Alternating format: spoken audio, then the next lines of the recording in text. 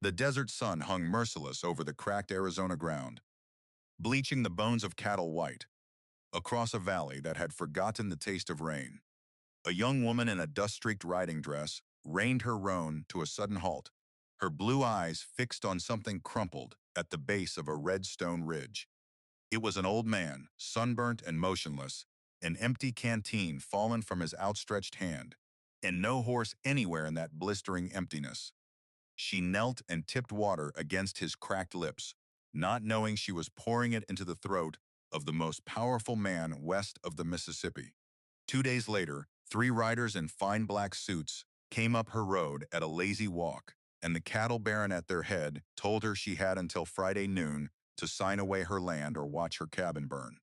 She stood alone in the center of her yard and did not reach for the rifle sleeping in her saddle.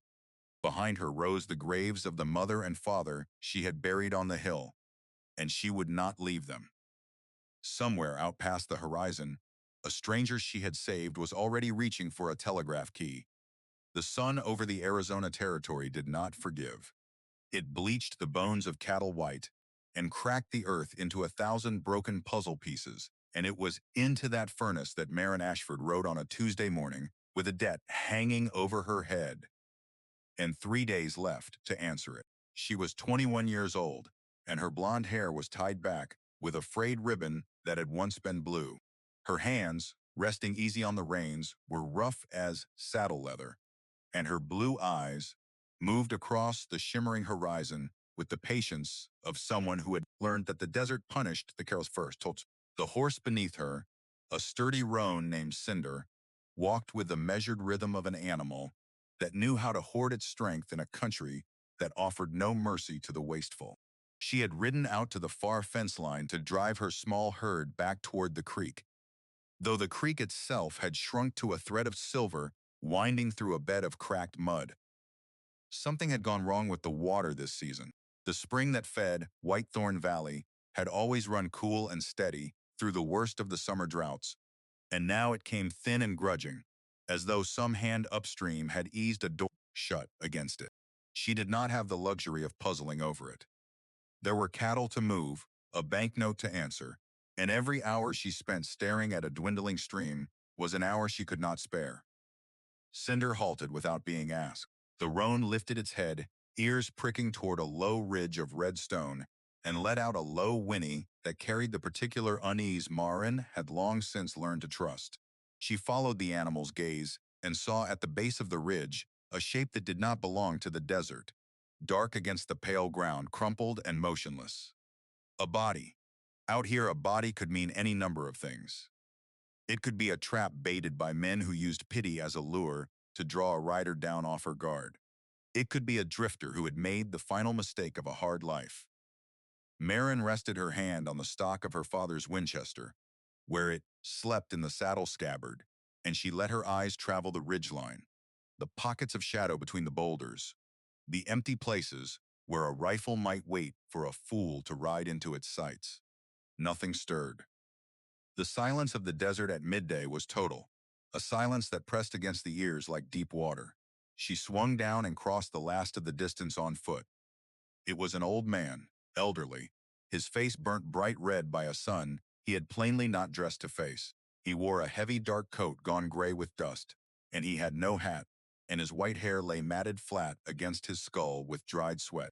His lips had split and cracked.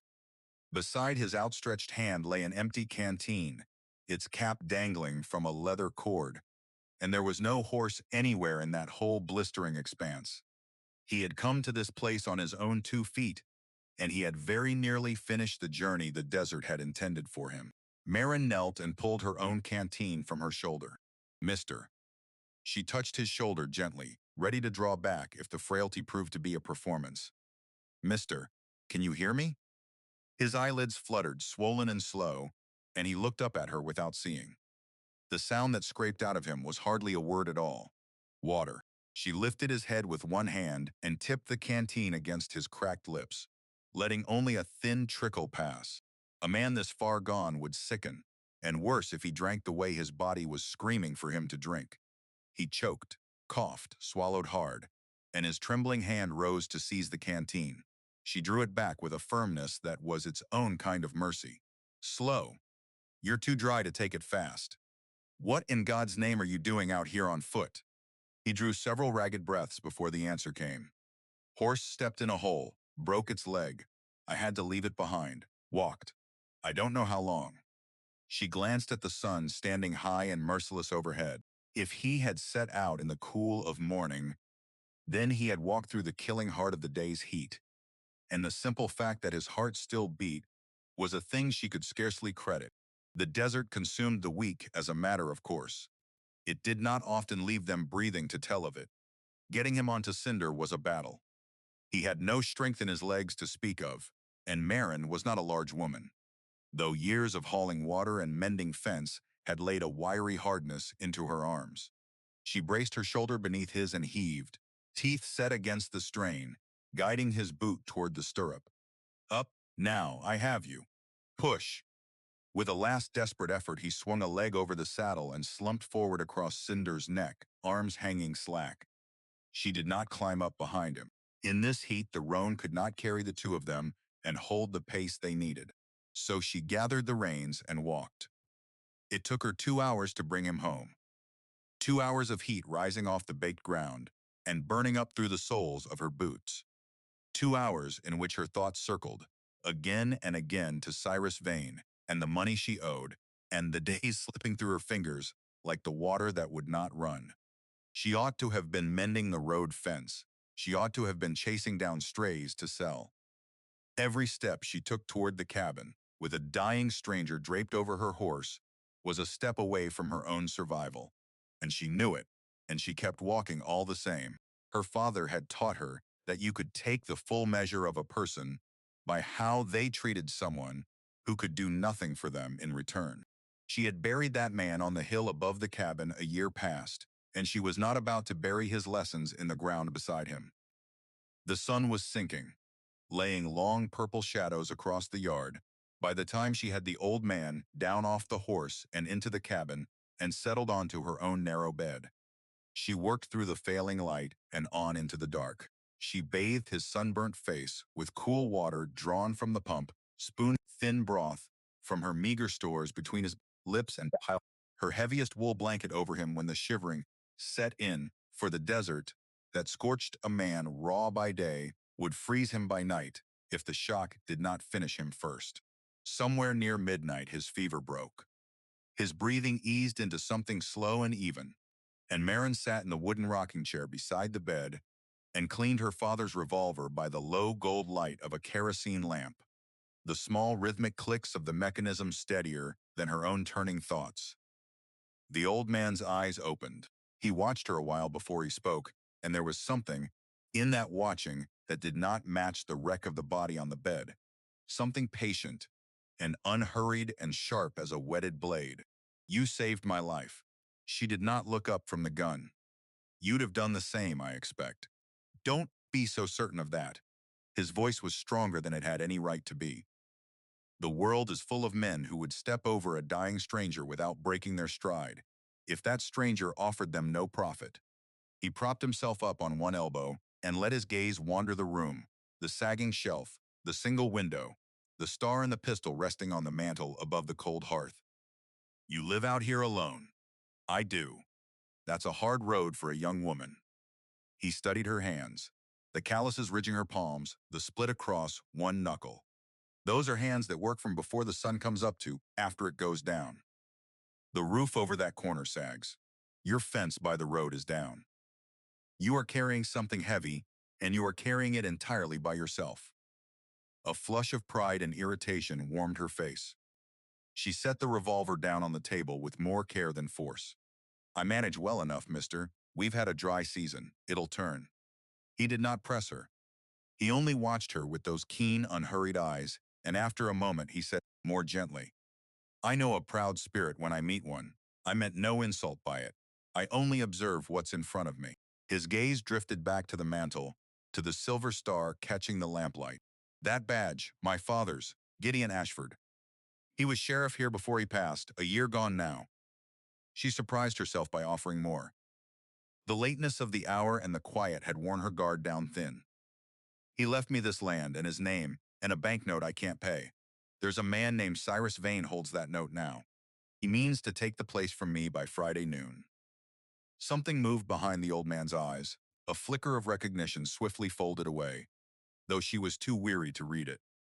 "Vane," he repeated, as though setting the name down carefully in some private ledger. "And you have no one to stand at your side. I have my father's lessons. He always told me you can't put a price on a human soul." She met the old man's gaze without flinching. "That's why I couldn't ride past you today." He was silent a long moment. When he spoke again, there was a warmth in his voice that had not been there before, and beneath it a weariness that was wholly real. "Your father raised an oak, not a flower. Get some sleep, child. I've kept you from your rest long enough already." She blew out the lamp, wrapped herself in a thin shawl, and slept in the rocking chair with her hand resting near her father's gun, the way she had slept most nights of that long year. When she woke, the first pale gray of dawn was seeping through the window, and the bed was empty. The blanket lay folded in a neat square at its foot. She rose fast, disbelieving, for the man had been half a corpse the evening before, and there on the small wooden nightstand sat a single silver dollar gleaming atop a folded square of paper. She unfolded the note. The hand was elegant and flowing, the penmanship of a man accustomed to signing things that carried weight, and it looked as out of place in her dusty cabin as a crystal chandelier hung in a chicken coop. "Thank you for seeing a man and not a burden," it read. "You gave from an empty cup, and that is the rarest kind of giving there is. Do not trouble yourself over me. I found passage into town with a freighter at first light and did not wish to wake you. Hold fast to your father's lessons. Some storms a person must stand through. Others pass on their own." It was signed with a single initial and a surname she turned over on her tongue without recognizing. A. Sterling.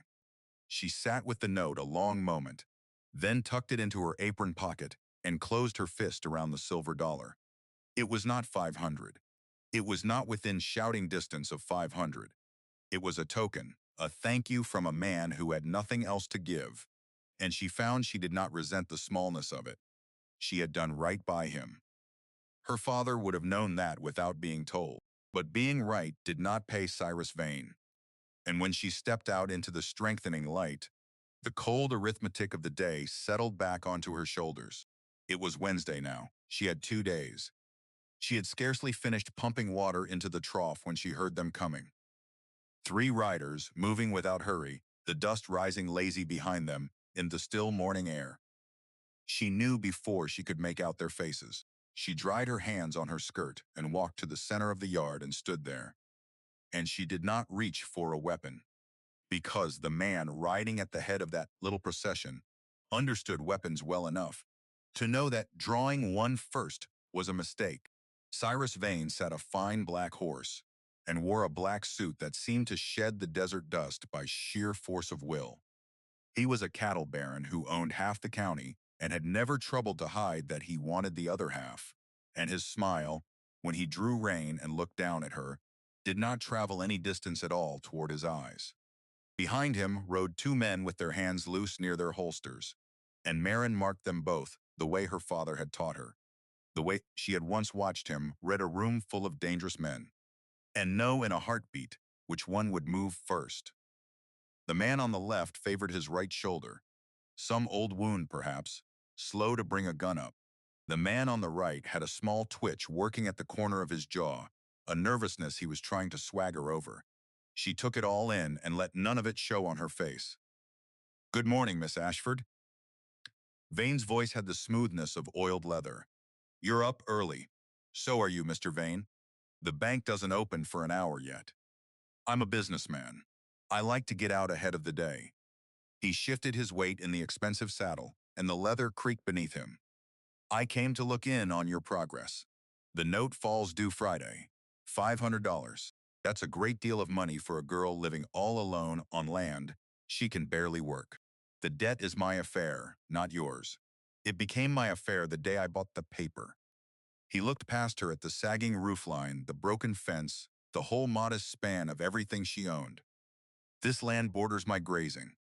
It's good ground gone to waste on a few scrawny head of cattle.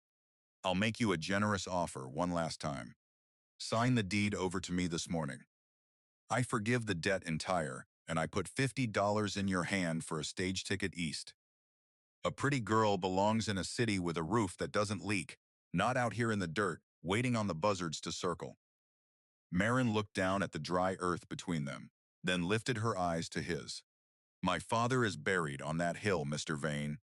My mother rests beside him. I won't leave them, and I won't sell. The smile went out of his face like a candle pinched between two fingers. The heat of the morning seemed to lean down heavier. Your father was a great man, he said, and the word great came out of him cold, as a stone dropped down a well. But a great man in the ground is still a man in the ground, and a reputation has never once paid a mortgage. You have 2 days, Miss Ashford. If I don't have my money by noon Friday, the county will put you off this land, and I will burn that cabin down to its foundation stones, so that nothing of the past remains to trouble the future. He wheeled his horse hard, and his men fell in behind him. And Maren stood in the settling dust and watched the three of them dwindle to nothing against the flat brown horizon. Only when they were well gone did she let out the long breath she had been holding. Her hands had not trembled. She was proud of that much, at least. But something in the exchange gnawed at her as she saddled Cinder for the ride into town. Vane had offered to forgive the entire debt outright, to press cash into her hand on top of it, simply to win her signature on a deed. A man did not do such a thing for a few scrawny cattle and a strip of borderland grass. There was a hunger in it out of all proportion to the worth of the ground, and she turned the wrongness of it over in her mind as she rode toward the dusty streets of Dry Fork. She did not yet know what he wanted so badly. She knew only that a man that eager was a man with something to hide, and that a secret in Cyrus Vane's keeping was a dangerous thing to be standing on top of. Dry Fork sat in a shallow valley, ringed by jagged cliffs, a hard-working town of wooden buildings, crowded shoulder to shoulder along a single wide street of churned dirt. The air carried sawdust and horse, and the sour reek of cheap whiskey. Maren tied Cinder outside the mercantile and paused on the boardwalk to beat the dust from her skirt, wanting to look respectable before she went to do her begging. Inside, the store was cool and dim and smelled of coffee beans and tanned hide, and Abner Doyle stood behind the counter with his gray beard and his worried eyes, and a smile that could not quite paper over the worry. Morning, Maren. How are things out at the Ashford place? Holding on. She set 2 coins on the counter. 5 pounds of flour, Abner, if you please.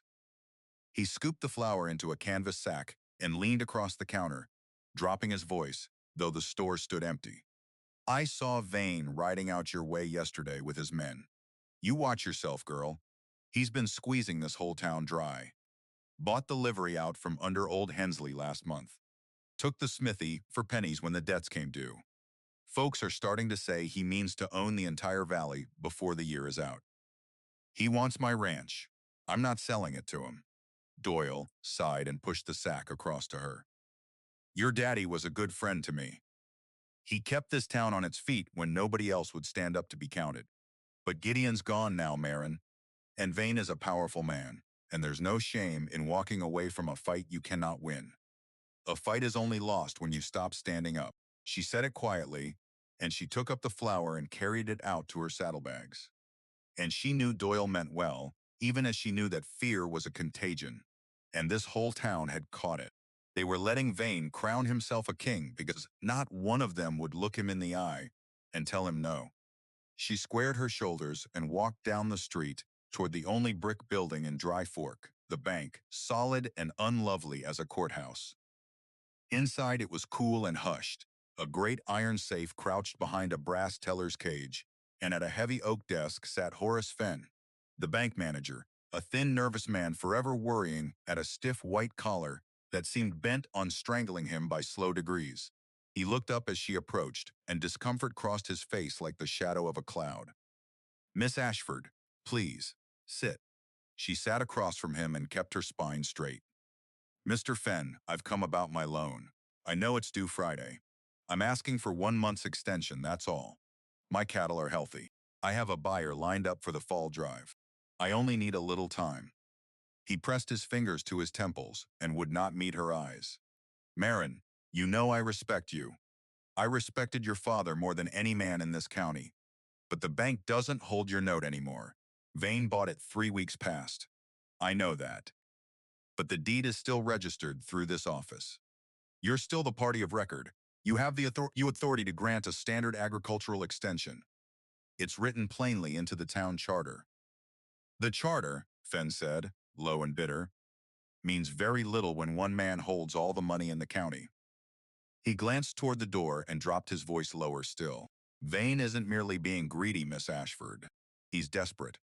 And a desperate man is the most dangerous animal there is. Desperate? He's the richest man in the territory. He's the richest man on paper. Fenn leaned in until she could see the fear working in his throat. His investments back east have gone bad. Every last one of them. The cattle market took a hard fall last winter, and he was leveraged to the hilt against it. His whole empire is built on borrowed money, and the notes are coming due faster than he can cover them. He has exactly one way out of the hole he's dug for himself, and that way is the railroad. The word landed in Maren's chest like a stone dropped from a height. The railroad, the Arizona and Pacific, means to run a spur line through this valley. There's a fortune in freight contracts waiting for whoever controls the ground it crosses. But their surveyors walked every foot of this country, and the only grade a locomotive can climb, the only pass wide and flat enough to carry track through the whole span of these cliffs, cuts directly across your property, through your canyon, along your creek. Fenn spread his thin hands in helpless apology. That's what he wants, Maren. Not your grass, not your water, your ground, because his survival is buried beneath it. If he doesn't hold that deed by month's end, the railroad routes the line north, through the flats, and Cyrus Vane is finished. Bankrupt. Ruined. That's why he cannot wait for your cattle to sell. He needs your name on that paper now. The whole shape of it turned over in her mind and settled into a terrible clarity. Every cruelty made sense now. Every threat had a reason standing behind it, and the reason was that Cyrus Vane was a drowning man who had decided to drag her under so that he might climb out atop her. Then you can't grant the extension, she slowly, understanding it even as the words left her. If I so much as try, Vane calls in the loans he holds against this bank and shutters our doors inside a week. Fenn's voice cracked with genuine misery. I have a family, Miss Ashford. I am truly deeply sorry. There is nothing I can do. She stood. The room had grown smaller in the last 5 minutes, the walls pressing inward. I understand, Mr. Fenn. I thank you for your honesty. Not many men in this town have offered me that much. She turned and walked out, and the heavy doors swung shut behind her with a sound like a lid settling onto a box. She stood on the boardwalk in the hammering noon light and let the truth of it wash over her. And for one moment she pressed her forehead against Cinder's warm neck and allowed herself a single tear before she scrubbed it away with the back of her hand. There was no money. There would be no extension. The bank was closed to her, the town too frightened to lend her a dime, and the man who wanted her gone needed her utterly destroyed as the price of his own escape. But even as the despair reached for her, she felt the phantom weight of her father's badge in her palm, and she heard his voice again from the last days, rattling and thin and utterly certain. This land is not dirt and rock, Maren. It is a promise. We built a home where there was nothing but wolves and hard weather. Don't you ever let the wolves put on fine suits and steal your courage from you. You're an Ashford. You hold the line. She lifted her head. Her eyes were dry now and hard, and behind her, a voice she recognized came sliding across the boardwalk. Well now, look who came to town. 3 of Vane's men had emerged from the saloon, and the one in the middle was tall and lean, with a long scar running the length of his jaw, and it was he who had spoken. Boyd Slater leaned against a porch post and picked at his teeth with a matchstick, and the 2 behind him spread out with the lazy confidence of men who had never once been made to answer for anything. Come to pack your bags, little lady. Slater's grin showed a gap where a tooth had been. Mr. Vane figured you'd be looking for the door about now. Maren untied Cinder's reins without hurry. I'm buying supplies. Excuse me. Slater stepped off the boardwalk and planted himself square in her path. his hand drifting toward his gun belt in a slow, deliberate arc meant to be seen. It was an old intimidation, and she had watched her father stare it down a dozen times. "You're making things awful hard on everybody, Miss Ashford."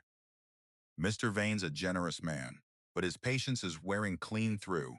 And if you make us ride all the way out to your place come Friday, well, he let the sentence dangle. We might not arrive in such a friendly humor. The street had gone quiet around them. A handful of townsfolk had stopped to watch from a safe distance, and not one of them stepped forward. Maren looked Boyd Slater dead in the eyes and did not raise her voice. "My father arrested you," she said. 3 years back, in Dodge City. Horse theft. I know the scar on your jaw because I read the file he kept, written out in his own hand. She watched the matchstick go still between his lips. You tripped over your own spurs trying to run, and they caught you inside of a mile. He wrote that you wept in the cell that night, sobbed like a lost child until dawn. Her voice stayed level, almost gentle, and it was worse for the gentleness in it. Now, you can step out of my way, Mr. Slater, or you can reach for that pistol. But I promise you, before it clears the leather, my father's rifle will be looking at the middle of your chest. And I have never once missed a thing I truly meant to hit." She had not moved toward the rifle. She did not need to. She simply looked at him with a certainty that rose up out of her very bones. And Slater looked back and saw, standing behind her eyes, the ghost of the lawman who had once put the irons on him and watched him weep. The twitch in his jaw flared. His companions glanced at him, uncertain, and the uncertainty spread between them like spilled water. Slowly, deliberately, Slater raised both hands from his belt and stepped back. "Just offering a little friendly advice," he muttered, and he turned and shouldered back through the saloon doors with his men trailing after him, and the watching townsfolk let out a breath they had not known they were holding. Maren mounted Cinder, and her hands were steady on the reins, though her heart slammed against her ribs like a bird beating at a cage. She rode out of Dry Fork at a walk, refusing to give the town the satisfaction of watching her hurry. While she faced down Slater on the main street, another small drama was unfolding at the far end of town, in the cramped telegraph office fixed to the side of the rail station, where the line ended and the wire hummed on toward the wider world. The operator was a gangling young man named Petey Voss, and he was deep in the pages of a dime novel when the door opened and an elderly man stepped inside. The stranger wore a heavy dark coat, stained with desert dust, and his face was burnt raw, and he walked with a slight limp, but he carried himself with a straightness that did not match the ruin of his clothes. "Good afternoon, young man." The voice was pleasant and cultured, at odds with everything the eye reported. Petey set down his novel. Strangers rarely darkened that door. "Afternoon, mister. Help you with something?" "I need to send a wire." The old man reached into his coat and drew out a small leather notebook, tore a page from it, and slid it across the counter. Petey took it up, and his eyes went wide, and his hands began a faint tremble as he read the two names printed at the top. "Sir, this one's addressed to the governor's office up in Prescott, and this other to the First National Bank in Chicago."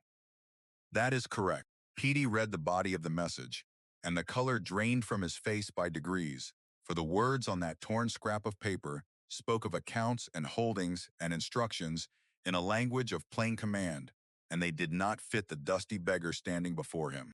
Are you sure you want to send this, sir?" "Quite sure." The old man laid a bright $20 gold piece on the counter, more money than Petey saw in a week of Sundays. "That should cover the transmission and something for your trouble. Besides, I'll wait here for the replies."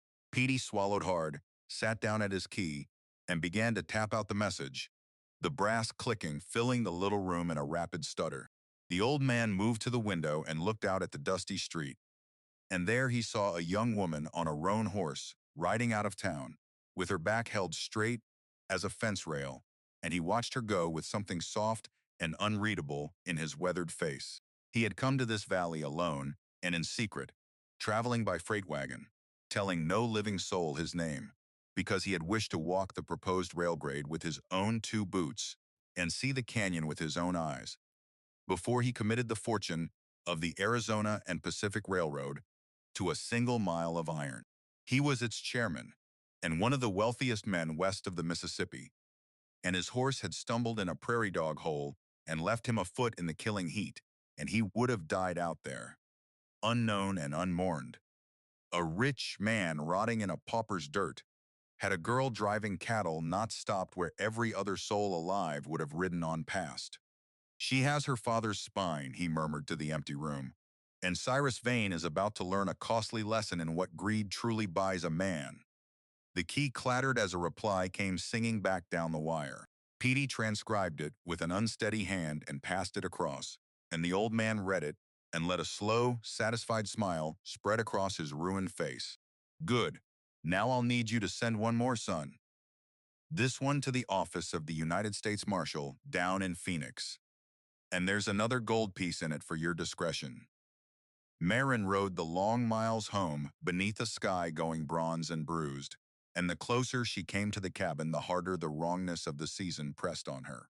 The creek should have been running, thin but alive, and instead its bed lay cracked and dry as an old bone left out in the sun. Water did not simply vanish. Water came from somewhere and went somewhere, and something had changed the somewhere. She lay awake most of that night in the rocking chair, with the problem turning over in her mind. And by the gray of Thursday's dawn, she had settled on a decision that was equal parts desperation and stubbornness.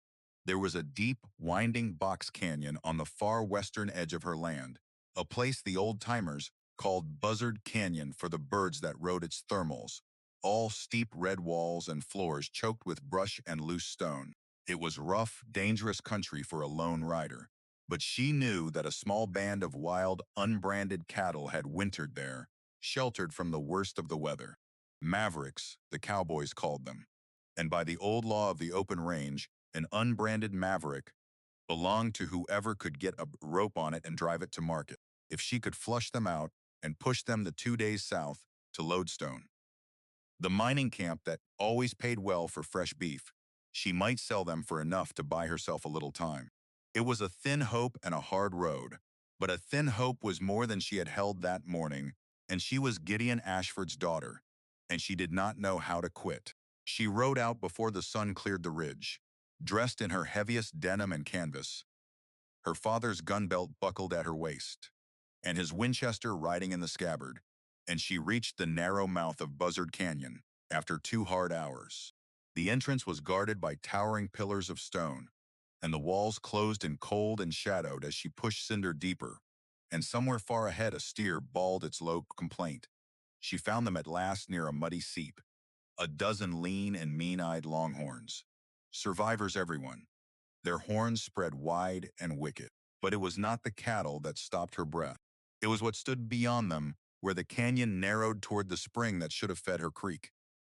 A dam, a crude, deliberate thing of stacked stone and timber and packed earth, thrown up across the channel where the water welled from the rock, choking the flow to a trickle and shunning the rest into a cut that ran off toward Vane's grazing land. This was no work of nature. Men had built this, and built it to bleed her dry, to wither her cattle and crack her fields and render her ranch worthless enough to abandon, so that when she finally broke and signed away her deed, she would believe she was selling ruined ground. And there, half driven into the earth beside the dam, stood a surveyor's stake, a slender wooden lath painted with a band of railroad red and marked in a careful hand with numbers she did not understand but recognized all the same. A grade marker. Proof, in wood and paint, that Cyrus Vane had known exactly where the line would run long before he ever rode up to threaten her, that he had been strangling her water and her hope with full knowledge of what the ground beneath her feet was truly worth. Maren swung down and stood before the dam with her heart hammering, and for the first time in that long and terrible week, she felt something other than the weight of her own helplessness. She felt the ground shift beneath the whole rotten scheme. She did not have $500, but she had this. She had a dam that no honest man had built, and a stake that proved the builder had known precisely what he was stealing. And if she could carry that truth to the right pair of ears before Friday noon, then perhaps the wolf in the fine black suit had finally reached one hand too far. She was crouched beside the stake, reading the numbers, fixing them in her memory, when the sound of a shod hoof striking stone brought her up and around, with her hand dropping to the grip of her father's revolver. An older cowboy sat a big roan just inside the canyon's throat, his hands resting easy and open on the saddle horn, well away from the pistol at his hip. He wore a faded brown hat and a silver mustache, and his face was seamed and weathered by a lifetime of hard sun and harder choices. It was Wade Colton, and Maren knew him for what he was because everyone in the valley knew him. He was Cyrus Vane's foreman, the man who ran the crews and the cattle and did the bidding of the man who signed his wages. Easy, Miss Ashford. Colton kept his hands where she could see them. I mean you no harm. I saw your dust from the rim and came down to see what fool was pulling mavericks out of the devil's own mouth all by her lonesome. His gaze slid past her to the dam, to the stake, and something tightened in his jaw. So, you found it. You knew about this. Her voice came out low and cold. You built this. My crews built it. On Vane's order back in the spring before the melt. He took off his hat and dragged a sleeve across his brow, and he looked, in that moment, like a man who had been carrying a stone in his boot for a very long time, and had only just now decided to sit down and shake it out. I rode with your father once or twice in the early days, before Vane bought his way into this country. Gideon Ashford was a fair man. He gave folks the truth even when the truth cost him. I've thought about him a good deal these past months, doing work I'm not proud of. Then why tell me now? If Vane learns you've said a word, he'll turn you out. Or worse. A man can only swallow so much poison before it starts to sicken him. Colton settled his hat back down, low over his eyes. I'm an old man, Miss Ashford. I don't have so many years left that I can afford to spend them balancing on the wrong side of the scales. He reached into his saddlebag and drew out something wrapped in oilcloth, and he leaned down from the saddle to hold it out to her. Your daddy left this with the county recorder years back, for safekeeping. When the old man died, the recorder didn't rightly know what to do with it, and it came to me by way of a card game and a debt, and I've kept it, not knowing why, until this morning when I saw you riding out this way. Now I know why. She took the bundle and peeled back the oilcloth. Inside was a leather-bound ledger, its pages filled edge to edge with her father's cramped and careful hand, and as she turned them, her breath went thin in her throat. It was a record. Dates, names, parcels of land. A patient lawman's accounting of every crooked deal Cyrus Vane had worked in this valley across a decade. Every water right stolen, every foreclosure engineered, every honest family run off ground that a railroad would one day make precious. Her father had seen it. Her father had been building a case, quietly, the way he built everything, stone laid patiently upon stone, and he had died before he could finish the work. He was going to carry it to the territorial court, Colton said quietly. Ran out of time. Same as you're about to if you're not careful. He gathered up his reins. Vane's coming, girl. Come first light tomorrow. He's saddling 10 men, and he doesn't mean to hand you a paper this time. He means to tear your fences down and run your herd off a cliff and burn you out, deed or no deed, and dare the county to say a word against him. You take that book, and you get it into the hands of somebody who outranks him. Or you get yourself off this land tonight. Those are the only two roads left open to you. He turned the roan and rode out the way he had come. And he did not look back, and Maren stood alone in the cold shadow of the canyon with her father's unfinished work, heavy in her hands, and the low western light beginning to fail. The cattle drifted and grumbled around the seep, 12 wild head that could not save her now. For Colton was right, and she had known it the moment he said it. Lodestone lay 2 days off. The herd was too small and too mean to move at any speed. It was Thursday's end, and there was no earthly way to drive those animals to market and return with money in her hand before the sun stood at noon tomorrow. The plan she had ridden out on that morning was dead, and it had died the moment she understood the arithmetic of it, and she felt the last of her hopes scatter, like the longhorns bolting back into the brush when she turned them loose. She rode home under a sky salted with hard bright stars, and she did the evening chores by rote, brushing Cinder down, forking him his hay, barring the heavy door behind her. She did not pack a bag. She lit the lamp and sat at the table and drew her father's Colt from its holster and checked the cylinder. 6 rounds bright in the lamplight, and then the Winchester, its magazine full. She was not leaving. Her mother had bled into this soil to bring her into the world. Her father had fought and bled to make it peaceful ground. She would not run off into the dark like a frightened child and leave the wolves to feast on everything her people had built. She set the oilcloth bundle on the table beside the lamp and rested her hand upon it. This proof her father had spent his last good years assembling. This truth that Cyrus Vane had believed safely dead and buried with the man who gathered it. She did not yet know how she would use it, or into whose hands she would place it, or whether she would have the hours she needed before the dust rose in the east. And 10 armed men came to take from her the only home she had ever known. She knew only that she was still here, and the book was still here, and that as long as both those things held true, Cyrus Vane had not yet won. She sat by the window through the long, cold hours with the lamp turned low, and her father's rifle across her knees, watching the moon walk slowly down the sky toward the dawn that would decide everything. And she did not sleep, and she was not afraid. The dawn came slow and reluctant, a smear of gray light along the eastern rim that did nothing to warm the cabin. Maren had not moved from the window in hours, and her legs had gone stiff beneath her, and the lamp had burned down to a guttering thread of flame. She rose, worked the ache from her knees, and settled on a decision that had been forming in her all through the sleepless dark. She would not sit here and wait for the dust to rise. If she held out in this cabin until noon, she would hold out alone and alone. She could defend one door and one window and nothing more against 10 men who meant to burn her out. The book her father had spent his last years assembling was worth nothing on this table. It was worth everything in the hands of a man with the power to act upon it. And there was only one such man within her reach. She did not know where A. Sterling had gone, only that his note had said he found passage into Dry Fork with a freighter, and that a man who wrote in that elegant hand and left gold on her nightstand was not a man who bedded down in the open.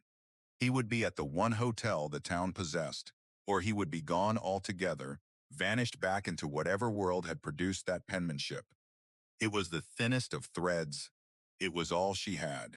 She wrapped the ledger back into its oilcloth, tied it securely behind her saddle, and led Cinder out into the cold blue dark before the sun had fully committed to the day. She rode hard, harder than she had let herself ride all week, because the arithmetic had shifted once again, and now every minute was a coin spent against a shrinking purse. Colton had said first light, and first light was upon her. Somewhere behind her, or soon to be behind her, 10 riders were saddling in Vane's yard, and the only advantage she held was that they expected to find her forded up at the ranch and waiting, not flying toward town with the one thing in all the world that could unmake their master. Cinder ran well in the cool of the morning, his breath plumbing white, and the desert slid past gray, and then rose-colored as the sun at last cleared the ridge and threw her shadow long across the flats. She reached Dry Fork as the town was stirring, shutters banging open, a dog barking somewhere down an alley, thin smoke rising from the cook fires of the boarding houses. She did not slow for the mercantile or the bank. She rode straight to the Dry Fork Hotel, a 2-story frame building with a sag-shangering veranda and a hand-painted sign, and she swung down before Cinder had fully stopped and looped his reins over the rail. The clerk behind the desk was a sleepy young man who came awake fast when a woman with a gun belt and dust to her eyebrows pushed through his door. "I'm looking for a man," she said. "Elderly, white hair, speaks like a book. He'd have come in yesterday, maybe by freight wagon." The clerk blinked at her. "We don't give out the affairs of our guests, miss." Maren leaned across the desk. She did not raise her voice, and she did not need to, because there was something in her face that morning that made raised voices unnecessary. "A man's life may hang on the next thing you tell me. Possibly my own. Now is he here, or is he not?" The clerk swallowed. "Number 4. Top of the stairs." But he asked not to be. She was already climbing. The stairs groaned beneath her boots, and she found the door marked with a tarnished brass 4 and struck it with the side of her fist. For a moment there was nothing, only the creak of the old building settling around her, and her heart dropped, because if he was gone then she had spent an hour she could not spare chasing after a ghost. Then a chair scraped inside, and unhurried footsteps crossed the floor, and the door swung open. She had not truly seen him standing before. In the cabin he had been a ruin laid out on a bed, and in the desert a body crumpled in the dirt. And now he stood before her in shirt sleeves and suspenders, his white hair combed neat, his burnt face already healing to a peeling tan. And though his frame was thin, there was nothing frail in the way he held himself. His eyes found hers, and something in them warmed and sharpened at once, the way a man's eyes do when a card he has been waiting for finally turns up in the deal. Miss Ashford. He stepped back to admit her. I confess I did not look to see you so soon. Come in. She came in and shut the door behind her, and the words spilled out of her faster than she meant them to, for there was no time left to be careful with them. I need help, and I've no right to ask it, and I'm asking anyway. There's a man coming to burn me off my land this very morning. 10 men with him. But it isn't the land he's truly after. It's the ground beneath it. Because the railroad means to lay its track through my canyon. And he's leveraged himself clear to ruin, and my deed is his only way out of the hole. She unslung the oilcloth bundle and set it on the small table by the window. And I have proof.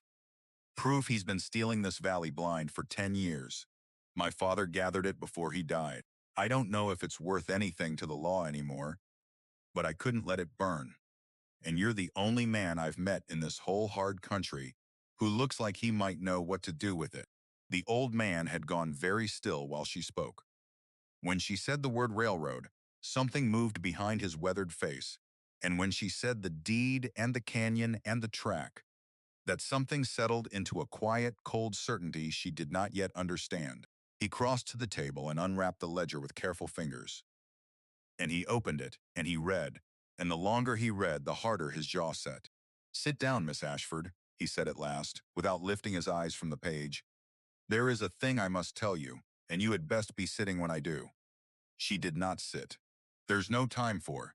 There is time enough for this.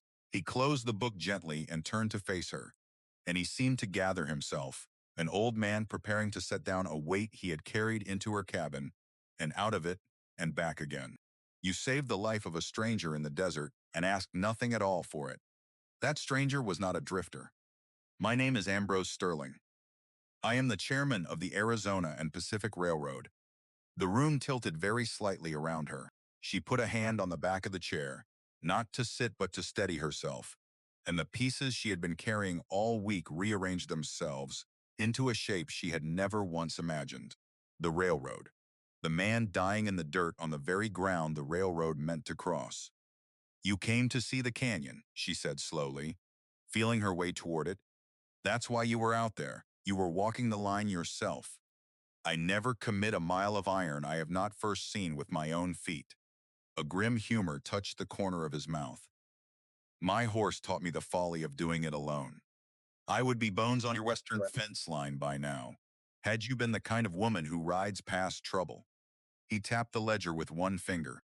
And now I find that the man who has been quietly poisoning your water and forging your ruin is the very same man who has spent 2 months trying to sell my company a right-of-way he does not lawfully own, at a price that would have made him a king. Cyrus Vane has been playing me for a fool from 100 miles off, and I did not so much as know his name until you spoke it aloud in your cabin 2 nights past. Maren's mind raced out ahead of her fear now, in front of it for the first time all week. Then you can stop him. You have the power too. I have the power to build a railroad or to refuse to build one. I do not have the power to arrest a man, nor to unmake a deed, nor to stand between you and 10 armed riders. Sterling reached for his coat where it hung on the bedpost. But I sent wires yesterday, before I knew the half of what I now know, to the governor, to my bankers, and to the United States Marshal in Phoenix, because a chairman who means to spend a fortune in a lawless county likes to know the law can be summoned when he has need of it. He shrugged into the coat, and the transformation was near complete. Now, the drifter gone, the man of consequence standing in his place. Marshal Owen Brandt was already riding this direction with my survey escort. A dozen Pinkerton men I hired to guard the equipment and the payroll wagons that follow a survey through hard country. They made their camp last night not 15 miles from this town. I was to meet them at noon and ride the grade together. He looked at her, and the cold certainty in his eyes had warmed into something almost like anticipation. It seems we shall have other business first. There's no time to reach them. The despair tried to close over her head again. Vane's men are already moving. By the time you send a rider 15 miles out and they ride 15 back, then we do not send a rider. Sterling was already moving toward the door with a speed that belied his years. The freight office has a telegraph, and the survey camp has a portable set strung to the line for exactly this purpose. I can have Brandt in the saddle inside the quarter hour. But Miss Ashford. He paused with his hand on the latch and turned to face her, and all the humor drained out of him. 15 miles is 15 miles, ridden at a hard gallop, and your ranch lies a further stretch beyond this town. Even at their best, they cannot reach your land before those men do. If Vane is already on his way to the Ashford place, then he will arrive to find it empty. And he will do to an empty house what he came to do. And by the time the law arrives, there will be nothing left standing but a chimney and a heap of ashes. He held her gaze steady. Your home may not survive this morning. I can save the woman. I am not at all certain I can save the walls. The words struck her harder than any threat Vane had ever made, because they were true, and because they were spoken not to frighten her, but to spare her a false and comforting hope. She stood in the small hotel room with the morning sun, climbing the window, and understood that she was being offered her life, and asked to trade her home for it. And every reasonable voice she had ever heard told her to take the trade and be grateful for it. She thought of the $50 Vane had offered for a stage ticket east. She thought of the quiet job in the town she had imagined. For one bitter moment on the boardwalk outside the bank. She thought of her mother in the ground on the hill and her father resting beside her, and she knew that a house of walls and a chimney could be raised again. But a promise broken could never be unmade. Send your wire, she said. Get your marshal. But I am not staying in this town while it happens, Mr. Sterling. That is my ground. If Cyrus Vane rides onto it, he'll find me standing on it, not hiding behind a hotel desk 15 miles from the fight. Sterling studied her for a long moment, and whatever he saw in her face made him nod once. Slowly, the way a man nods when he has met something he respects and knows he has no power to move. Your father, he said quietly, must have been a remarkable man to raise a daughter who will not be saved against her own will. He opened the door. Then we had best not waste the morning. Ride, and ride hard, and hold what you can hold without dying to hold it. I will bring the law up behind you as fast as horseflesh allows. Do not, whatever comes, let that book leave your hands. It is worth more than your cattle and your creek together. It is worth a fan's freedom, and it may yet prove worth your home. She took up the ledger from the table and ran. Down the stairs, past the gaping clerk, out into the brightening street where Cinder waited stamping at the rail. Behind her, she heard Sterling's voice ring out across the lobby with a command in it that turned every head. Calling for the telegraph office, calling for a fast horse. An old man's voice grown suddenly young again with purpose. She swung up into the saddle and wheeled Cinder toward the edge of town and the long road home, and she did not look back. The ride out was a wholly different thing from the ride in. Coming in, she had carried hope like a live coal cupped in her bare hands. Now she carried something harder and clearer, a knowledge of exactly what she was riding toward, and exactly how little stood between her and it. The sun had lifted clear of the ridges, and the cool was burning off fast, and Cinder was tiring beneath her. For she had already asked much of the good horse that morning. She eased him where she could and pushed him where she had to, and she prayed he had one more hard run left in his legs. She was perhaps 2 miles from her own fence line when she saw the smoke.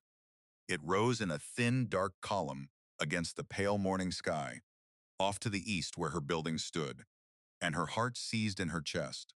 She drove her heels into Cinder's flanks, and the roan found some final reserve and stretched into a dead run, and the column thickened as she watched, black and greasy, the smoke of something built by patient hands now being unbuilt by fire.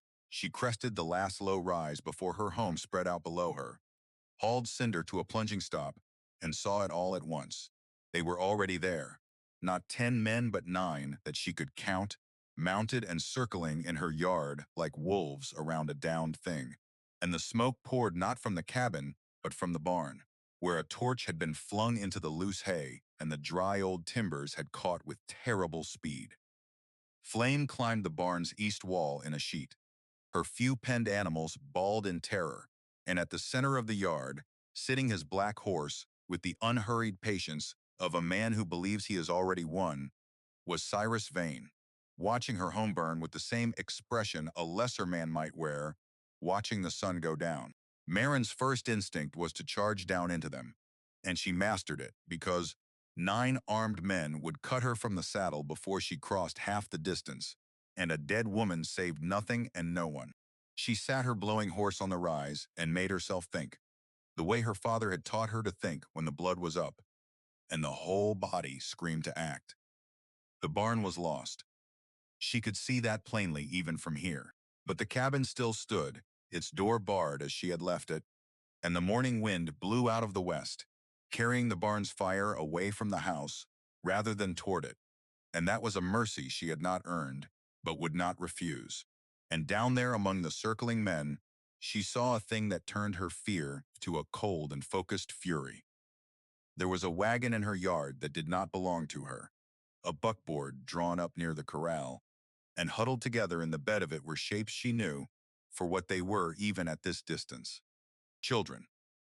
3 of them, small, clinging to one another, and beside the wagon, a woman in a plain dress stood with her arms flung wide, as if to shield the whole buckboard with her body. Maren did not know them. Homesteaders, she guessed, some family Vane's men had swept up off the road, or travelers caught in the wrong valley on the wrong morning. It did not matter in the least who they were.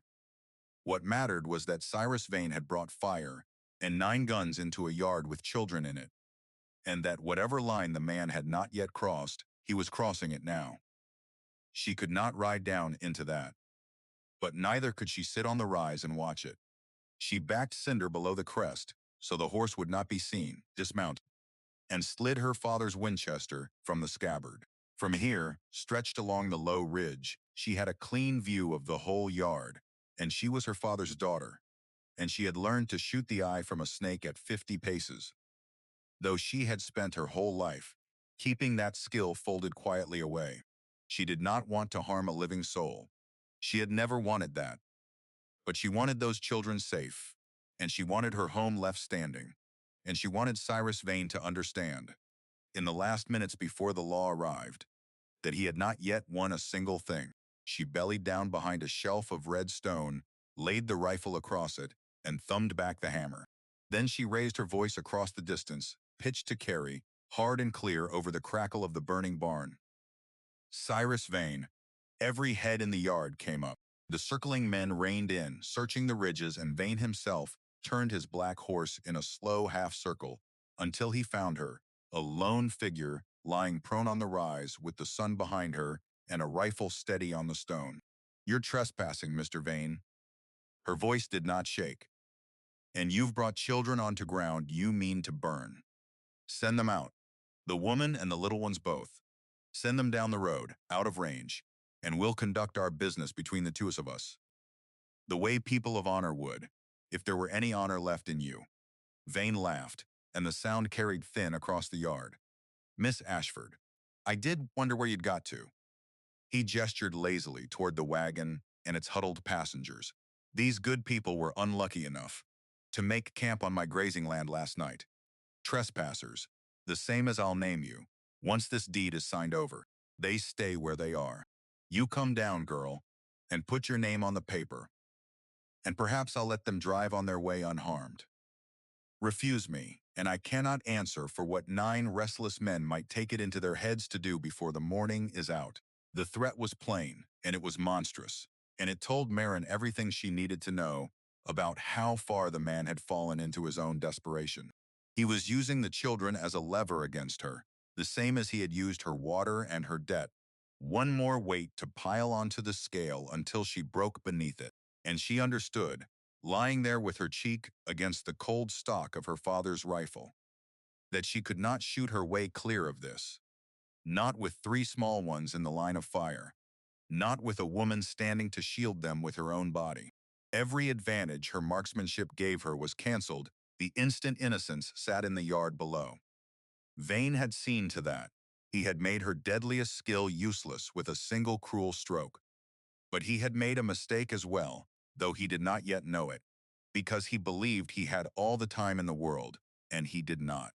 Somewhere behind her, back toward Dry Fork, and beyond it, a United States Marshal and a dozen hard men were, she prayed, already in the saddle and pounding across the flats.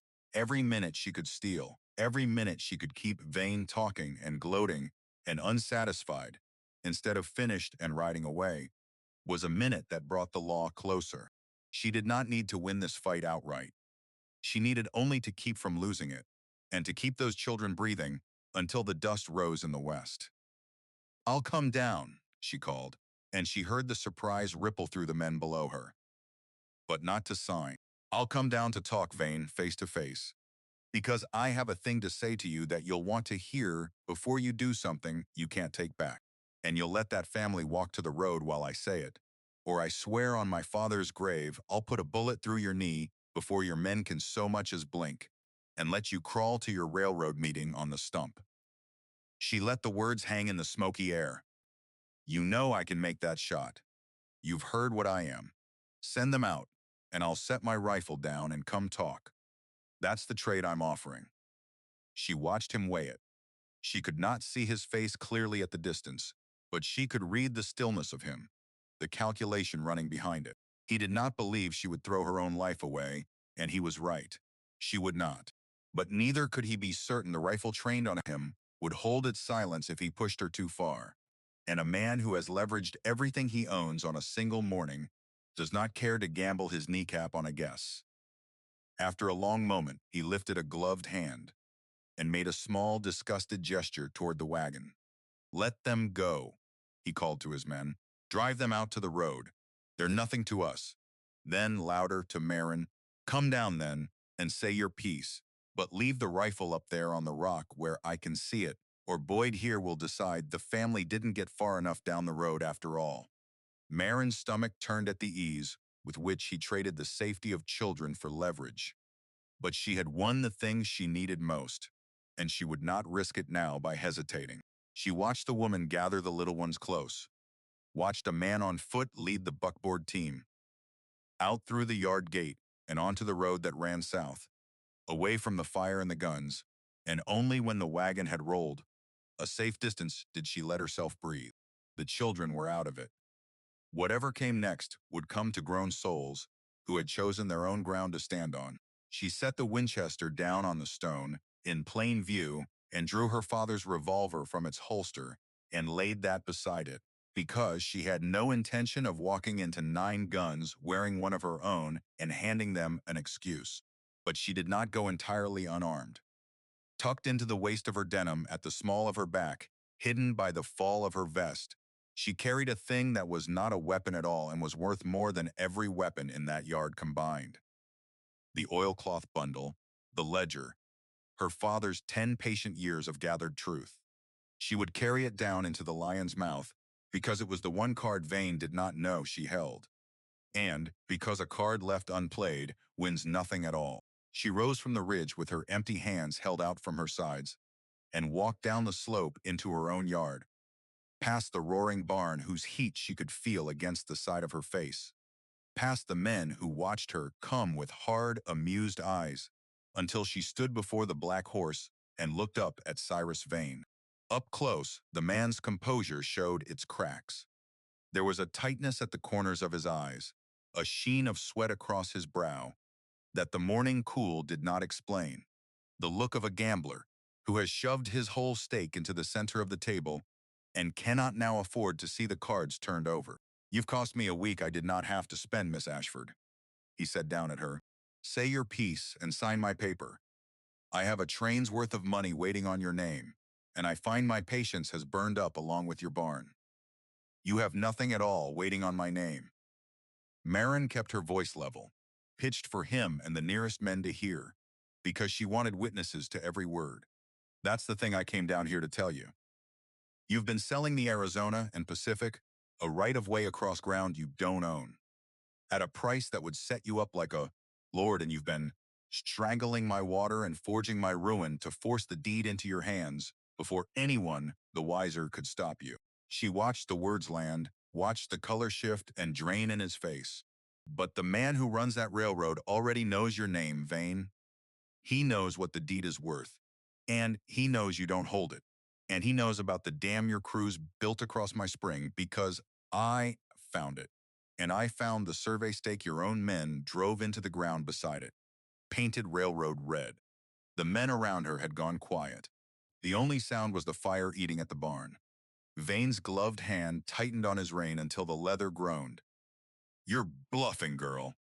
You've never been within 100 miles of a railroad man in the whole of your life. Haven't I? She let a small, cold smile touch her mouth, the first she had allowed herself in a week. An old man near died in my west pasture 3 days back. Walked himself half to death in the heat, after his horse went lame beneath him. I carried him home and gave him my own bed and asked nothing for it, because that is how my father raised me. She saw the memory catch and snag in Vane's eyes, saw him grope toward its terrible meaning. His name is Ambrose Sterling, Mr. Vane, chairman of the Arizona and Pacific, the very man you've been writing all your fine letters to. He slept beneath my roof while you sat drafting your lies to him, and he read my father's book this morning with his own 2 eyes, in the Dry Fork Hotel, not 2 hours gone. The name struck the yard like a thrown stone. Vane's face drained white beneath its sheen of sweat, and among his men a low mutter started up. Men who had signed on to bully a lone woman off her land, now reckoning the odds afresh with a railroad chairman. And God alone knew what a railroad chairman could summon, added on to the other side of the scale. That's a lie. Vane's voice had lost its oiled smoothness. It came out of him, cracked at the edges. Sterling is in Chicago. Sterling has never set foot in this territory in his life. You've cobbled together a story from tavern talk, and you think to frighten me with it. Then you had best hope I have. Maren reached slowly behind her back, and she saw the nearest men tense, saw hands drift toward holsters, and she drew out the oilcloth bundle with 2 fingers and held it up where all of them could see it was no gun. Because this is my father's ledger. 10 years of your dealings, Vane, set down in a dead lawman's hand. Every family you ran off. Every water right you stole. Every foreclosure you rigged. He was building a case for the territorial court when he died, and he ran out of time before he could bring it to a judge. But I have not run out of time. And neither has the Marshal of the United States, who was camped 15 miles from this yard last night with a dozen men at his back, and who took a wire from Ambrose Sterling this very morning. She let that settle. Let the men do their own hard arithmetic. You didn't ride out here to win, Mr. Vane. You rode out here to lose in front of witnesses. You simply don't know it yet. For one taut moment, the whole yard hung suspended, the fire crackling, the horses shifting uneasily beneath their riders, 9 men and 1 woman all waiting to see which way the morning would break. Then Cyrus Vane's face contorted with a rage that swallowed the last of his composure, and he flung out his arm toward her, and his voice climbed to a shriek that cracked apart in the middle of it. Take that book from her. Take it and burn it with the rest. Boyd, if she moves, put her down. I don't care what she is. I don't care whose ghost she carries behind her eyes. Nobody rides away from this yard with that book. Boyd Slater kicked his horse forward, his hand dropping to his pistol, the scar on his jaw livid in the firelight, and Maren let the bundle fall behind her and took 1 step back toward the ridge and her waiting rifle, knowing full well she would never reach it in time. Knowing this was the moment the whole terrible week had been sharpening itself toward. But even as Slater cleared leather, even as the yard tipped over the edge toward violence, A sound rolled in over the western ridges that stopped every hand and turned every head. A sound that did not belong to any morning that valley had ever known. It was a whistle, high and shrill and mechanical, the scream of steam forced through a brass throat, and it came again. And beneath it now a deep rhythmic thunder, the sound of many hooves driven hard, and threaded through it a heavier grinding roar of iron laboring against earth. Over the crest of the western hill, black smoke boiled up into the clean sky, and a shape came over the rise that belonged to another world entirely. A steam-powered traction engine, a monster of brass and iron trailing sparks and smoke, and around it and ahead of it rode men, not cowboys but a column of riders in dark coats moving in disciplined order, rifles laid across their saddles, and at their head, a rider carrying a bright flag that snapped in the wind of their passage, and beside him, a broad-shouldered man, with a badge that caught the morning sun and threw it back like a second, smaller star. Cyrus Vane turned in his saddle to look upon the thing coming over the hill, and Maren saw the exact instant the truth of it reached him. The moment the impossible became the actual, and every lie he had built his morning upon collapsed at once beneath him. His mouth worked. No sound came out of it, and behind the marshal, behind the riders, behind the smoking iron beast, came a polished black buggy, driven fast across the flats, and in it, straight-backed and white-haired, no longer a dying stranger in the dirt, but the master of 100 miles of iron, rode Ambrose Sterling. Arriving on the ground, he had walked to his near death, returning to a yard where a girl had once given him water and asked for nothing in return, coming now to settle every debt at once. The traction engine ground to a halt at the edge of the yard with a hiss of released steam that rolled across the packed dirt like a low-lying fog, and the great iron wheels bit deep furrows into the ground where they stopped. Black smoke drifted up from its stack into the clean morning, mingling with the darker columns still pouring off the barn. The dozen riders in dark coats fanned out with a precision that spoke of long drilling, and they did not shout or bluster. They simply moved, forming a line across the yard that placed them squarely between Cyrus Vane's mounted men and the ridge where Maren stood, their repeating rifles held low but ready, and the message of that line needed no words spoken over it. Vane's men understood it on the instant. Men who had been brave enough to circle a lone woman and set fire to her barn found their courage a smaller thing altogether when it was measured against a wall of armed federal escorts and the plain iron authority of a marshal's star. Hands that had drifted toward pistols now drifted carefully away from them. Boyd Slater, who had cleared his leather half an inch when the whistle first screamed, let the pistol slide back down into its holster, with the slow deliberation of a man who wants very badly for everyone present to see that his hand is empty. The broad-shouldered rider at the head of the column walked his horse forward until he sat at the center of the yard, and the gold star pinned to his coat threw back the sunlight. Marshal Owen Brant was a man well past his middle years, gray in the beard, with a voice that carried the weight of a thing that did not need to be said twice. Cyrus Vane. He let the name fall flat into the smoke-thick air. Tell your men to shed their iron. Every gun on the ground, right now, or my deputies will take them off you the harder way. I'd sooner do this without powder burned, but I've ridden 15 miles at a gallop on the word of a man I trust, and my patience wore out somewhere back on the flats. Vane's face had gone the color of cold ash. His gaze skittered from the marshal to the line of Pinkerton men to the black buggy, still rolling in fast across the open ground. And Maren watched him grope for the swagger that had carried him through every room in the county for 10 years, and watched him fail to lay a hand on it. This is my county, Marshal, he tried, but the words came out thin, stripped of the oil that had always coated them. These are my men, about business that concerns a defaulted debt. You've no jurisdiction over a private matter of. I've jurisdiction over fraud that crosses territorial lines, over the mails carried false, over a wire that reached me this morning naming you in particular. Brant did not raise his voice, which somehow made it worse. And I've got a United States chairman of a chartered railroad who'll swear to the whole of it now. The guns. I won't ask a third time. and my deputies count silence as a refusal. For one taut moment, the yard hung on the very edge of the knife. 9 hired men weighing their wages against their skins. And then Boyd Slater made the arithmetic plain for the rest of them. He unbuckled his gun belt and let it drop into the dirt with a dull thud, and he stepped his horse back and away from it, and he looked at Vane with an expression that had curdled from loyalty into something close to open contempt. "You don't pay enough for federal charges, Cyrus," he said, loud enough to carry across the yard. "You never did." One after another, the others followed him, belts and rifles thumping down into the churned earth until Cyrus Vane sat alone and mounted at the center of a ring of surrendered iron, a king whose whole court had laid its weapons down at another man's feet. The buggy drew up beside the marshal, and Ambrose Sterling stepped down from it, without haste, and the change in him from the ruin Maren had carried out of the desert was complete now.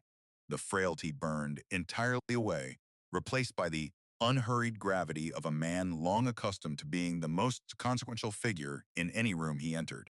He wore a fine charcoal coat, and he leaned upon a silver-headed cane that he plainly did not need for walking. And he crossed the yard toward Vane without once glancing at the flames still working at the barn, as though a burning building were a small and passing thing beside the business he had come here to conclude. Cyrus Vane. Sterling stopped a few paces from the black horse and looked up at its rider with an expression of profound and weary distaste, the look a man gives a rot he has at last traced back to its source. "I have read a great many letters from you these past 2 months. Eloquent letters. Persuasive letters. You wrote to me of a valley you controlled, of a right-of-way you were positioned to deliver, of grateful landholders eager to sell to a man of your standing, so that progress might come at last to this forgotten corner of the territory." He let the silver head of the cane rest against his open palm. "You wrote to me as one gentleman writes to another, and every word of it was a lie built upon a theft." Vane's throat worked. "Mr. Sterling, whatever this woman has told you, she is a debtor grasping at. This woman gave me water when I was dying in the dirt of the very ground you meant to steal from her." Sterling's voice did not rise, but something cold moved beneath it, and the whole yard felt the temperature of the morning drop.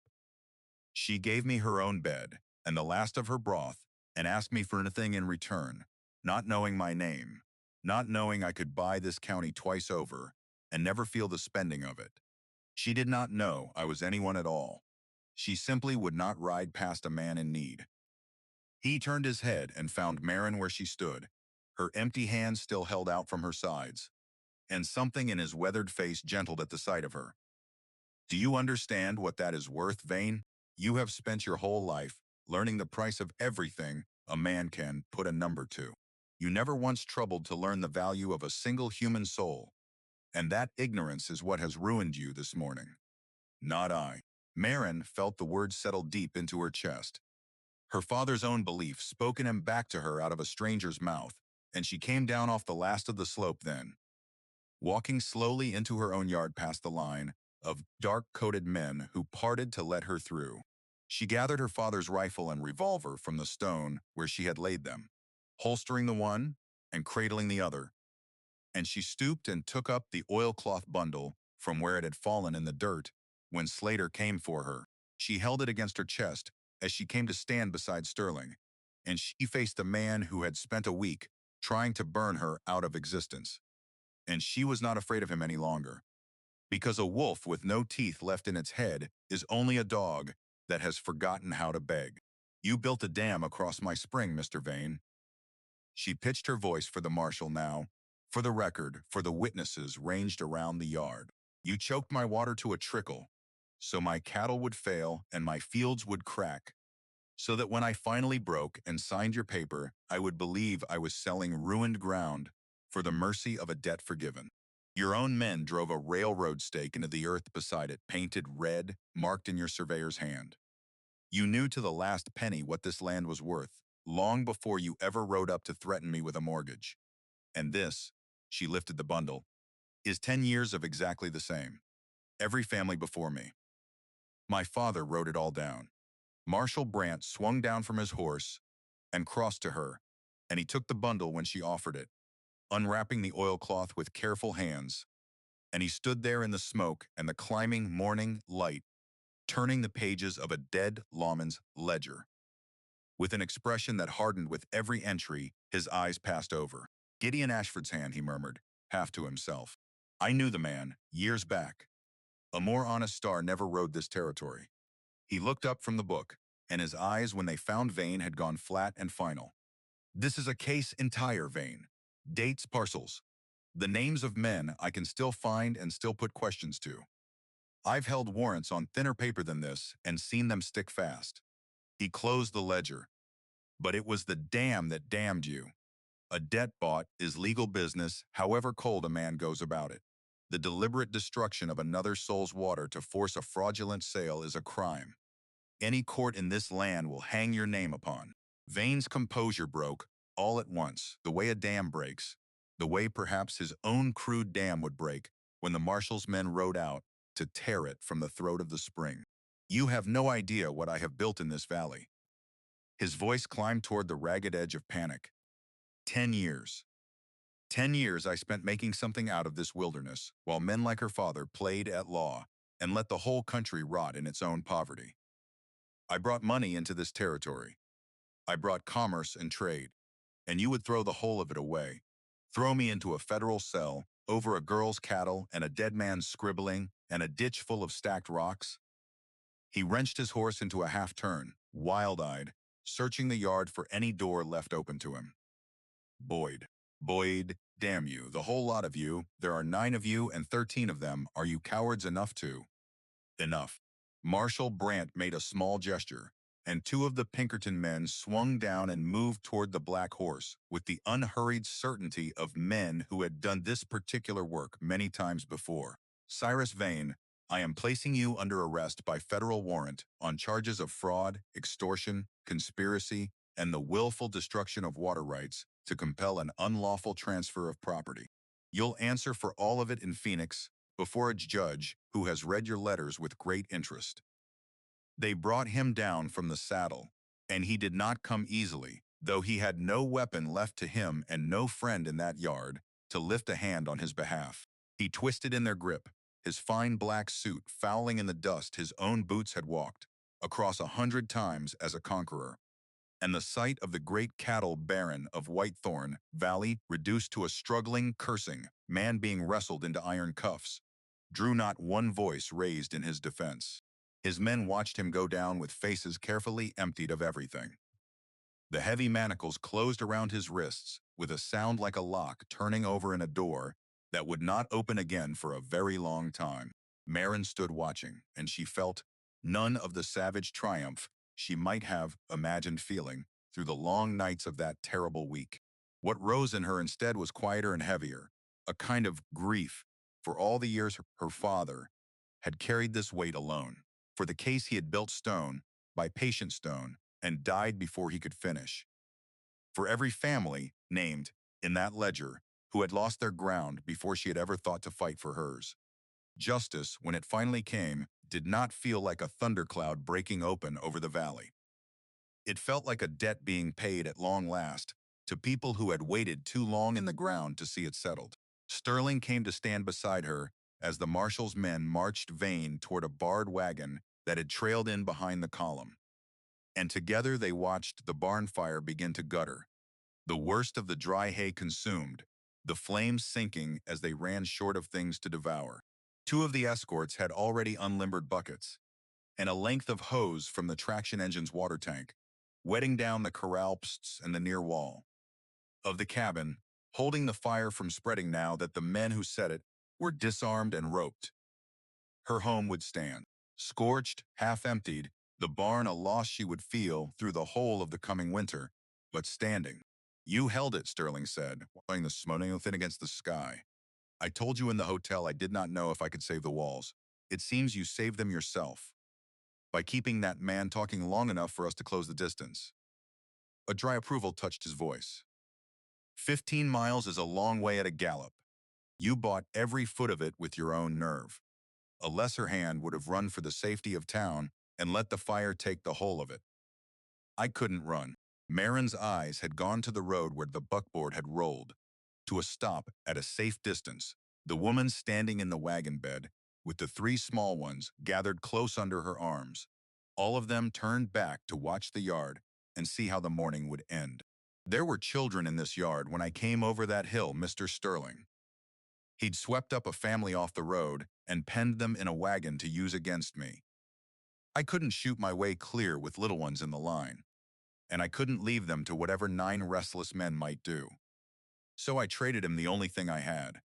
I set my rifle on the rock and walked down into the middle of them, with nothing but my father's book at my back, because keeping those children safe mattered more to me than keeping myself safe. She let out a slow breath. That's what bought the time. Not my nerve.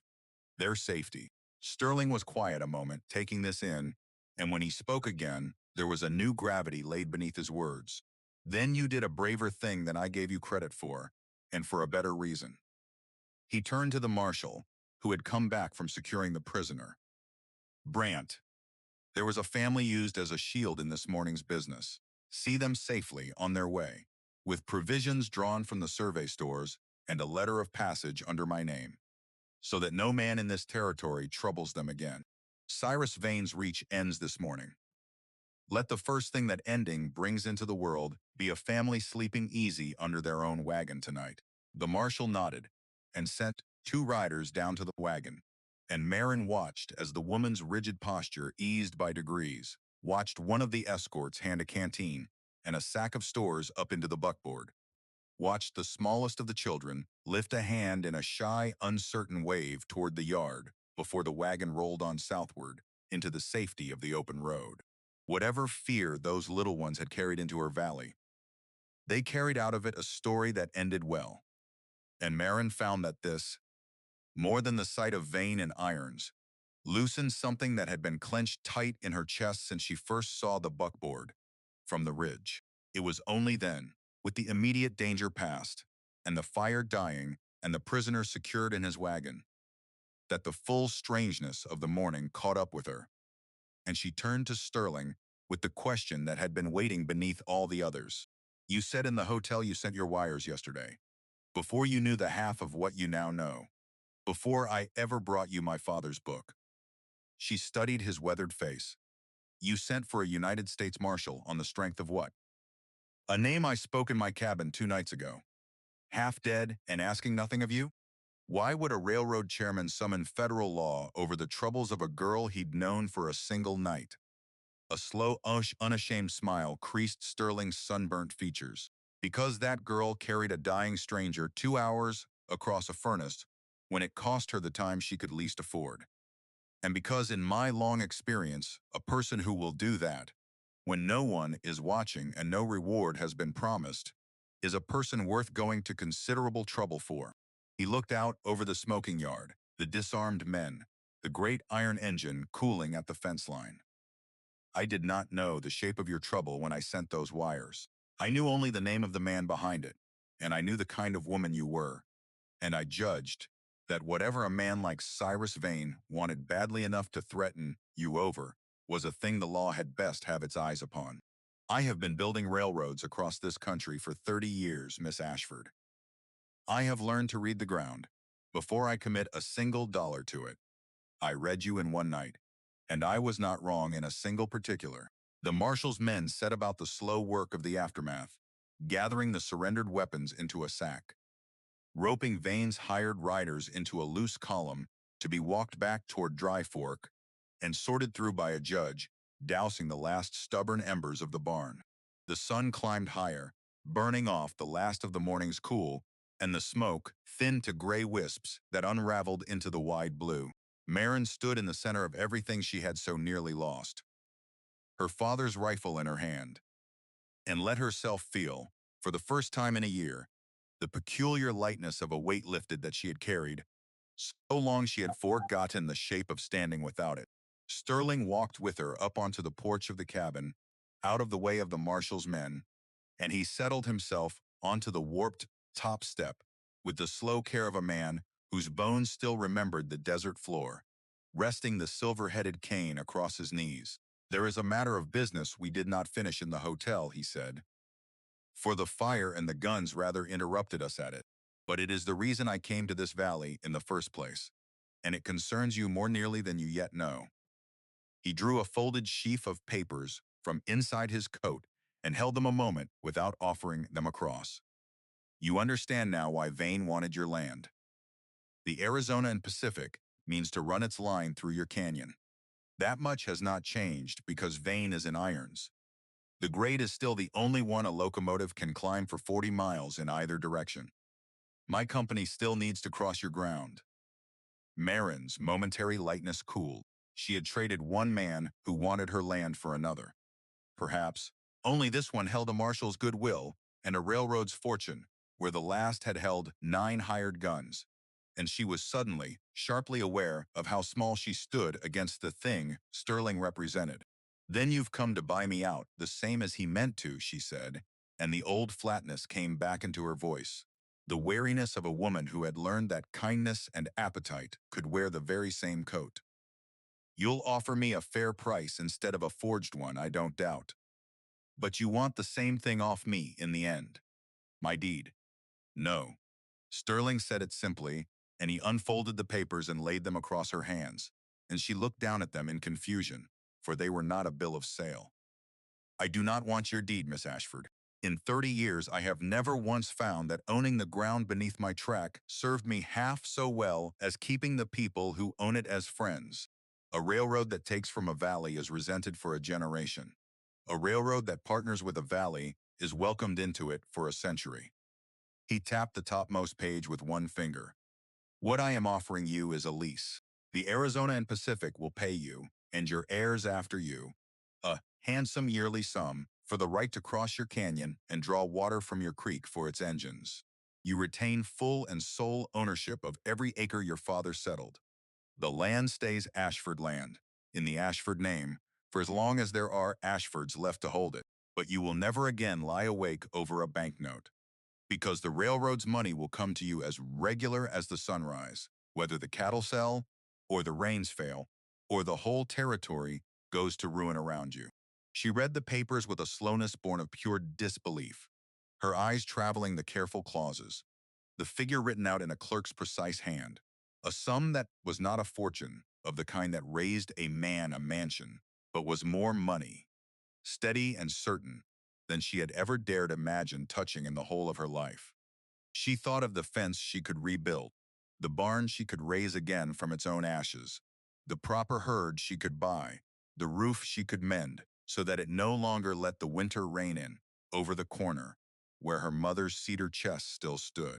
She thought of her father, who had settled this ground when it was nothing but wild grass and dangerous men, and who had dreamed, in the years before the debt and the long illness ground those dreams to dust, of a valley that thrived.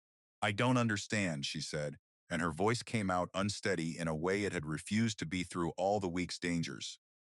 "You owe me nothing, Mr. Sterling. A cup of water and a night's shelter don't buy a partnership with a railroad. They don't buy any of this. You are wrong about that, and it is the only thing I have yet heard you be wrong about." Sterling rose from the step, leaning on the cane, and he looked at her with an intensity that held no trace of charity in it, only a hard and considered respect.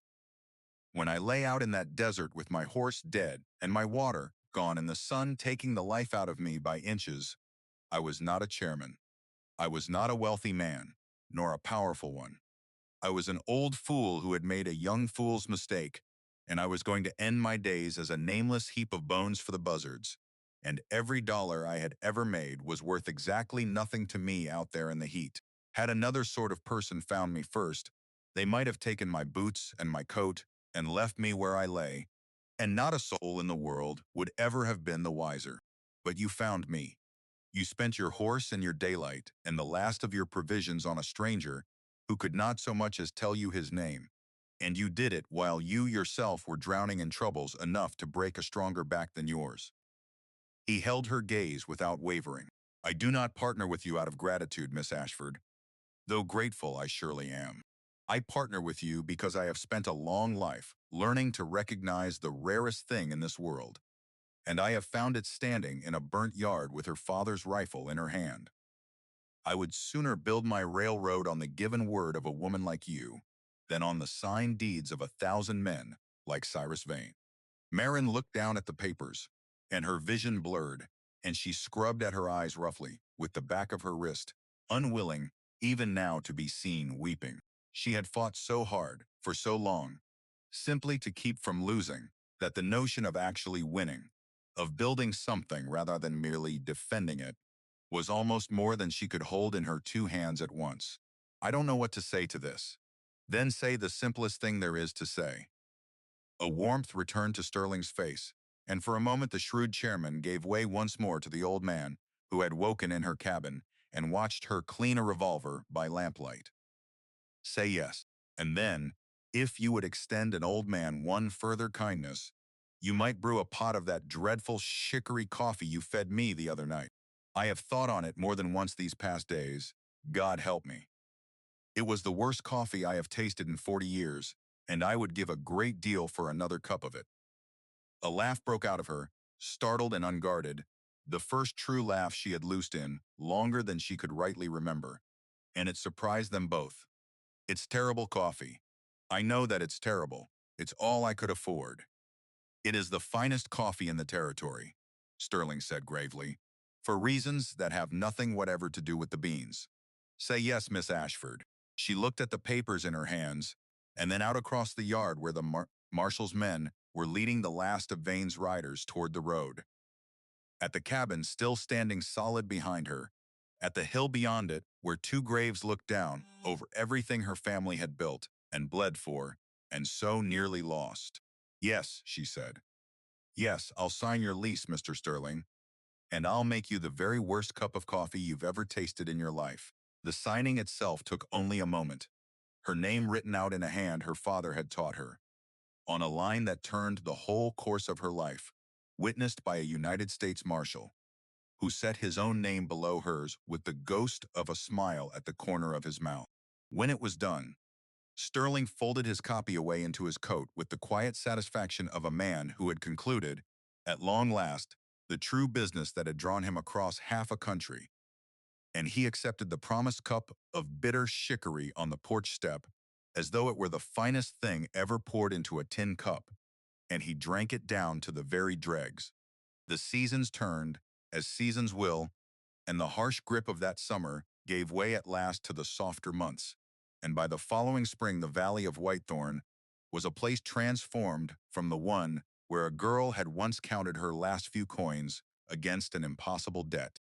The rains had come back full and generous once the marshal's men tore Vane's crude dam from the throat of the spring, and the creek ran cold and singing through its bed once more, greening the pastures on either bank. Where the old barn had burned, a new one stood, its timber pale and fresh, its roof sound and true, raised with the willing help of neighbors who had found their courage again. Once the man who frightened them was gone to answer for himself before a federal court. The sagging road and fence had given way to miles of straight new posts. In the far pastures a healthy herd grazed, bought with the first of the railroad's steady money, fat and untroubled on grass fed by water that flowed freely once more. Down at the mouth of the canyon, where the grade ran easy through the cliffs, a small depot had risen, a neat brick building with a covered platform. And twice each day now, the engines of the Arizona and Pacific came through with their whistles echoing off the red walls, carrying mail and supplies and new faces into a territory that had been, not so very long ago, a place a person could vanish from without a soul the wiser. The Ashford land had become the beating heart of the whole valley, the place where the wider world touched down and lifted off again, and Maren, who had once ridden into Dry Fork to beg a month's grace from a frightened banker, now rode into a town that touched its hat to her and spoke her name with respect in the saying of it. She still wore her father's silver star pinned to her vest, though it was no longer the crushing weight it had been through that long year of grief and debt. It had become something lighter, a thing she wore not to prove herself against the world, but to remember the man who had taught her how to stand upright in it. She rode a well-fed cinder into town on a bright morning to collect the mail and found Dry Fork thriving in a way it had not thrived in a decade. The fear that Cyrus Vane had spread over it, lifted like a fog burned off by the climbing sun, storefronts painted fresh, new families come in on the railroad to try their luck in a valley that finally had a future worth the trying. She had tied Cinder outside the mercantile and stepped up onto the boardwalk when she saw him, and the sight of him stopped her where she stood. Across the wide dirt street, laboring in the hard morning sun, outside the livery stable, a man shoveled manure into a wooden cart, his shoulders bowed, his clothes gone to rags. It took her a moment to be certain of him, for the swagger that had once defined the man was so wholly gone that he seemed a smaller figure entirely. But the scar running the length of his jaw settled it. Boyd Slater. When Cyrus Vane had gone to the federal penitentiary, his empire had collapsed like a house built on shifting sand, and the hired men who had done his work found themselves with nothing. Their reputations turned to poison, their wages ended, cast loose into a valley that remembered exactly what they had done and precisely whom they had done it to. Most had drifted on to find fresh trouble in other counties. Slater, it seemed, had stayed, reduced now to taking the lowest and most thankless labor a town could offer a man, shoveling filth for the price of a bowl of soup and a corner to lay his head. A man who had once ridden with his hand loose above his gun, now grateful for the chance to muck out a stable. Maren stood on the boardwalk and watched him work, and a whole tangle of feeling rose up in her. For this was the man who had mocked her on this very street, who had drawn on her in her own burning yard, who would have cut her down without a second thought had Vane's word and a marshal's whistle not come between them. Her father had raised her to believe in justice, in the plain and honest accounting of consequence for deed. And here was consequence made flesh, bent over a manure cart in the sun. She might have felt satisfaction at the sight. A harder soul would have felt it and been glad. But Ambrose Sterling had reminded her, in a burnt yard on the worst morning of her life, of a thing her father had believed even more deeply than he believed in justice. And it was that mercy shown to a man who has not earned it is the only kind of mercy that means anything at all. Anyone at all could be kind to the deserving. It cost a person nothing. The true measure of a soul was what it chose to offer the one who had earned nothing back but scorn. She crossed the street with slow, deliberate steps, and Slater must have heard her coming, for he straightened and turned, wiping the sweat from his scarred face with a filthy sleeve. And when he saw who stood before him, he went rigid, his whole body bracing, as though he expected a blow, or a gloating word, or the law come round at last to finish what it had started with him. He looked down at his broken boots, and the shame that came over him was a hard thing to witness, worse in its way than any wound she might have dealt him. Maren did not speak a single hard word to him. She reached into the pocket of her coat and drew out a small sealed envelope, and she held it out to him across the narrow space between them.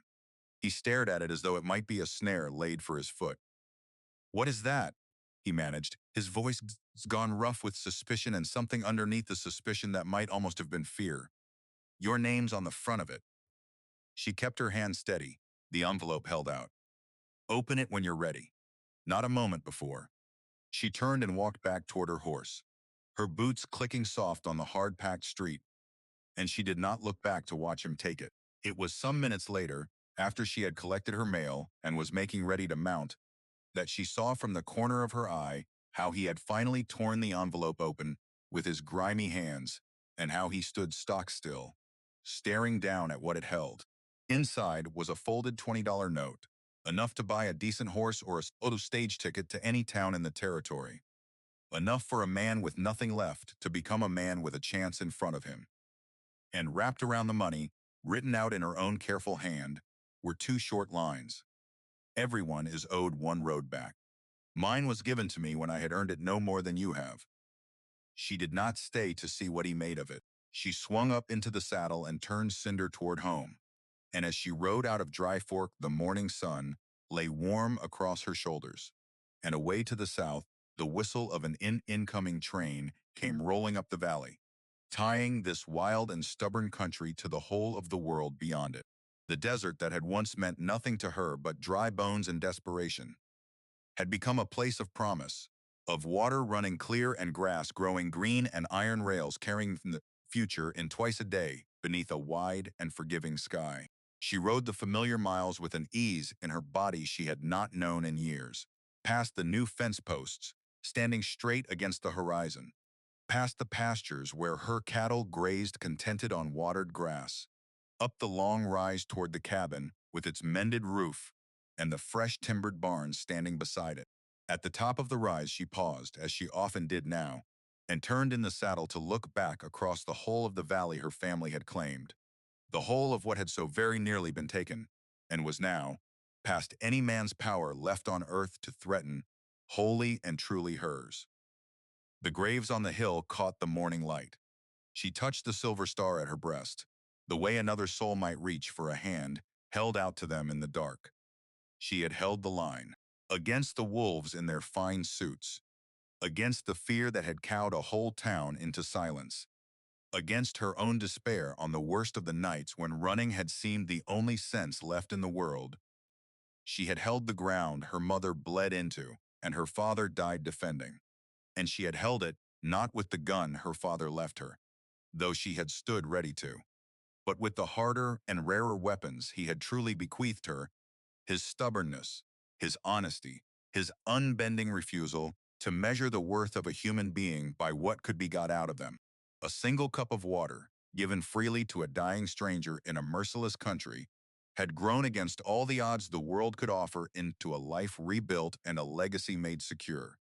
And Maren Ashford understood at last, sitting her horse in the warm spring light above everything she loved, that the truest inheritance her father had ever left her was never the land, nor the badge, nor even the name she carried, but the simple and world-changing knowledge that kindness offered freely, expecting nothing in return, is the one form of wealth that no thief can ever steal and no fire can ever burn.